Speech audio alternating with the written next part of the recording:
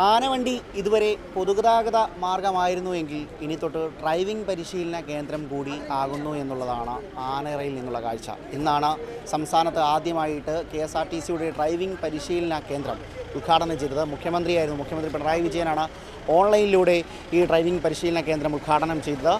മന്ത്രി ഗണേഷ് കുമാർ ഇതിൻ്റെ അധ്യക്ഷത വഹിച്ചു. ചടങ്ങിൽ എന്തായാലും പ്രധാനപ്പെട്ട 3 നിർണായകമായ കാര്യങ്ങളാണ് പറയുന്നത്.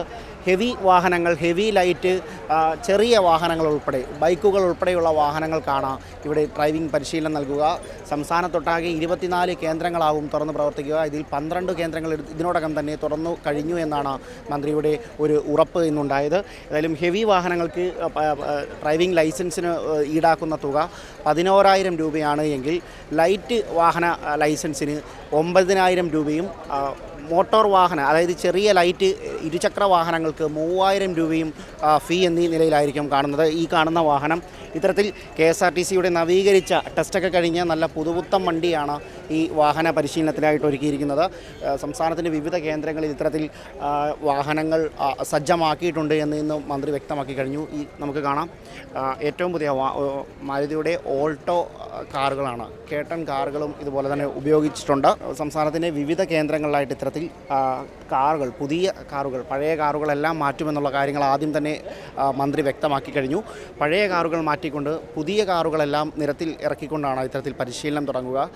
പട്ടികജാതി പട്ടികവർഗ വിദ്യാർത്ഥികൾക്ക് സൗജന്യമായിട്ടും ഫ്രീ ആയിട്ടും പൂർണ്ണമായും സൗജന്യമായി തന്നെ ഇത്തരത്തിൽ ഈ ഒരു ഡ്രൈവിംഗ് പരിശീലനം നൽകുമെന്നുള്ളത് തന്നെ സംബന്ധിച്ച ഒരു അറിയിപ്പ് കൂടി അദ്ദേഹം നൽകുന്നു. ഇത്തരത്തിൽ ചെറിയ സ്കൂട്ടറുകൾ, അതുപോലെ തന്നെ ഗിയർ ബൈക്കുകൾ, നിരവധി വാഹനങ്ങൾ, ഇത്തരത്തിൽ ലൈറ്റ് ഹെവി വാഹനങ്ങളിലെല്ലാം പരിശീലനം ഉണ്ടാകുമെന്നുള്ളതാണ് മന്ത്രി വ്യക്തമാക്കുന്നത്. എന്തായാലും ഇതിൻ്റെ ഒരു സംസ്ഥാന വ്യാപകമായ ഉദ്ഘാടനമാണ് ഇന്ന് തുടക്കമിട്ടത്. മുഖ്യമന്ത്രിയായിരുന്നു തുടക്കമിട്ടത്. ഇനി വിശേഷങ്ങൾ, മന്ത്രിക്ക് പറയാനുള്ളതും ഈ ഉദ്ഘാടനത്തിൻ്റെ വിശേഷങ്ങൾ നമുക്ക് കാണാം.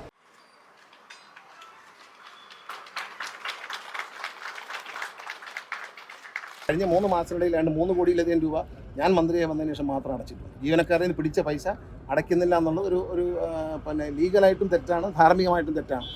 അപ്പോൾ അത് പരിഹരിക്കാൻ കിട്ടുന്ന പണമെല്ലാം അതാണ് ജീവനക്കാർ സന്തോഷമായിരിക്കുന്നത്. അവരുടെ ലോണുകളിൽ, കോപ്പറേറ്റീവ് ബാങ്കുകളിൽ നിന്ന് അവിടുത്തെ ലോണുകൾ അതെല്ലാം പിടിച്ചതായിട്ടാണ് കണക്ക്. നോട്ടീസ് അവർക്ക് ചെന്നുകൊണ്ടിരിക്കും. അപ്പോൾ അത് മാക്സിമം അടച്ചു കൊടുക്കുകയാണ്.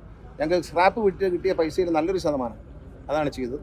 പുതിയ ബസ്സുകൾക്ക് ധനകാര്യമന്ത്രി ഉടൻ തന്നെ അനുമതി തരും. ചെറിയ ബസ്സുകളും ഗ്രാമീണ പ്രദേശങ്ങൾ പഴയ എഞ്ചിൻ വണ്ടികളല്ലേ ഓടുന്നവർ, പുതിയ ബ്രാൻഡ് ന്യൂ ബസ്സസ് വരും. എയർ കണ്ടീഷൻ ബസ് ഒരു 10 എണ്ണം ഓർഡർ ചെയ്തിട്ടുണ്ട്, അത് ഉടൻ വരും.